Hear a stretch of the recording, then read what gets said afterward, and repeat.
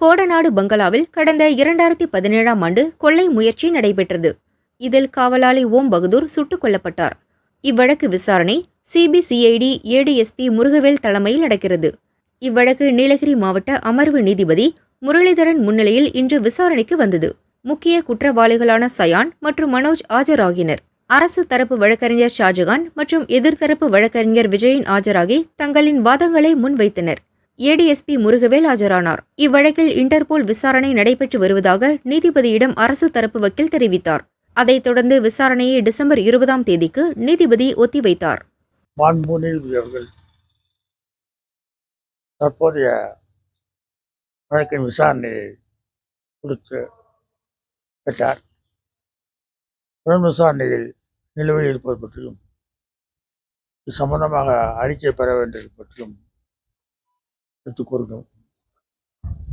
அவற்றை கேட்டுக்கொண்ட மாவட்ட நீதிபதி அவர்கள் வழக்கை எதிரும் டிசம்பர் எடப்பாடி பழனிசாமி கிட்டே விசாரணை நடத்துவதற்கான ஏன்னா சசிகலா கிட்ட பண்ணிருக்கீங்க. எடப்பாடி பழனிசாமி கிட்டே விசாரணை நடத்துவதற்கான வாய்ப்பு இருக்கா? சம்மன் கொடுத்து விசாரணைக்கு அழைக்கலாமா? நீங்க அவரை விசாரிக்க சொல்லி நீங்கள் மனு தாக்கல் பண்ணது குற்றம் சாட்டப்பட்ட தரப்புல மனு தாக்கல் பண்ணாங்க. அந்த தாக்கல் பண்ண சமயத்தில் அது டிஃபென்ஸ் விட்னஸ்ங்கிற எதிர்த்தரப்பு சாட்சியில் போட்டு வழக்கை விசாரிக்கும் பொழுது தொடர்புடைய யாராக இருந்தாலும் நாங்கள் முழுமையாக விசாரிப்போம். காரியம் விட்டுறதா இல்லை. விசாரணையினுடைய போக்கினுடைய விரைவுத்தன்மை குறைவாக இருப்பதாக நாங்கள் நம்புகிறோம். இன்னுமே திருத்தமாக அந்த மேலதிக விசாரணை மேற்கொள்ளப்பட வேண்டும்.